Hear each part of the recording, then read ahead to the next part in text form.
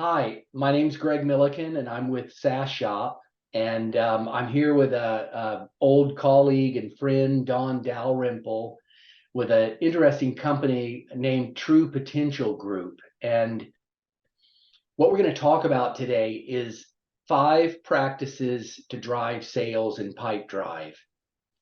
For those of you not familiar, SaaShop is a SaaS marketplace, so a subscription software marketplace where we help companies both find and buy software, but also to consolidate it and manage it in one place. And one of those key relationships that we have is a company called Pipedrive, which a lot of times we think of, how to use the software, how do we use the tool, what's the best way to do this feature or that. But there's a really more important dynamic often, and that's about how teams and people work together. And I thought Don really had some interesting thoughts around this, and that's what prompted us to put this together. So Don, with that, I wanted you to take a chance to introduce yourself and talk a little bit about TruPotential.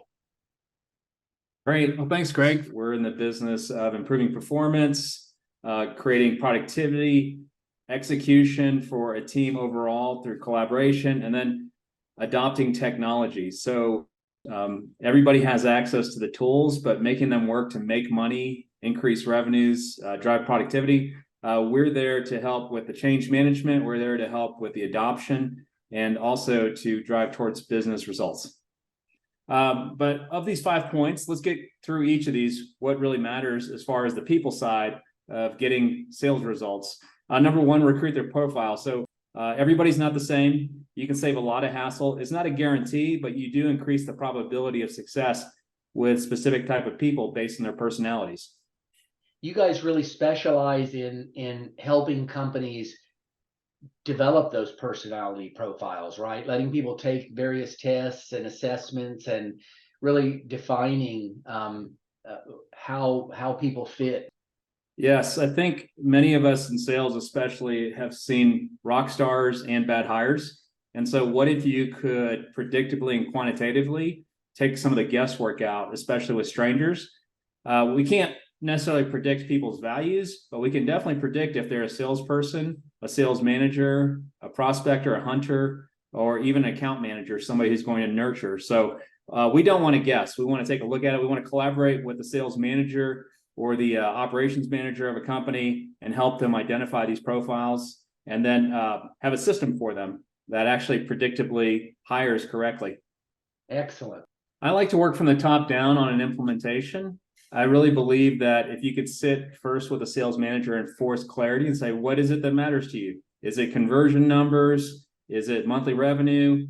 Is it scheduled meetings per week? All those KPIs need to be clarified. I think that clarity happens through dialogue, but if you could start with 6 to 10 numbers that really matter, that you're going to pay attention to as a manager, that you want to look at on a daily and weekly basis, that helps frame the requirements for how you're going to design Pipedrive itself. I couldn't agree more. Thinking about this, one of the key things that the people who are successful and productive do that well. Yes. Most of sales is follow-up. I think it's extremely important to have your marketing team tightly integrated with your salespeople because they help create content that matters, especially around your brand. And what we like to do at TruPotential is we have our marketing director in a collaborative environment with our salespeople, letting them know every week, here's new content. Here's 10 pieces of content that we put out. You might want to use this. Now, we don't necessarily tell the people how to follow up that are salespeople. We expect them to be professional and creative and have their relational gifts to be able to add value to people. But we're always talking about making your touch points valuable. One of the things that I really don't think is effective is if you're a pestering salesperson, constantly calling people, hey, do you want to buy now? Do you want to buy now? That's an amateur way to sell. In today's marketplace, I really think that when you have someone's attention, you have to bring value. You have to bring something that's going to help them grow their own business.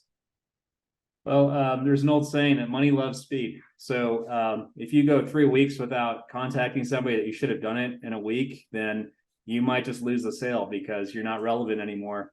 I think once you have your KPIs, once you have your follow-up value system in place, you can optimize by always looking for where the bottlenecks are, how to increase efficiency. So being an optimizer of that system, removing anything that doesn't matter. So if a process doesn't work or a step doesn't make sense, take it out. Don't make busy work for your salespeople.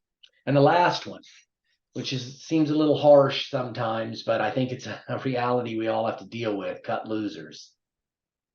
So part of our human condition is that we're highly attracted to sunk cost bias. It's really hard to let go of things. So when we hire somebody that's not working out, the best business practice is to hire slowly and fire fast, but too often people actually do the opposite, hiring fast and then firing slowly. That has immense opportunity costs on the optimization of your sales system. You're going to bottleneck opportunities. I would just say that you have to be relentless and disciplined as a person who can manage by results. And when something's not working out, just have a cheat in your mind. If I were to buy this tool again today, knowing what I know now, would I buy it? Would I hire this person knowing what I know now today? Those are great questions to cut you loose from a sunk cost bias. But I find that when you protect your downside and are decisive, you get a lot more lift in your business results. I appreciate you taking the time, and you can kind of see our email addresses and websites there. If you have questions, you want to follow up, please reach out. You can find both Don and I on LinkedIn as well. And thanks a lot for listening, and have a great day.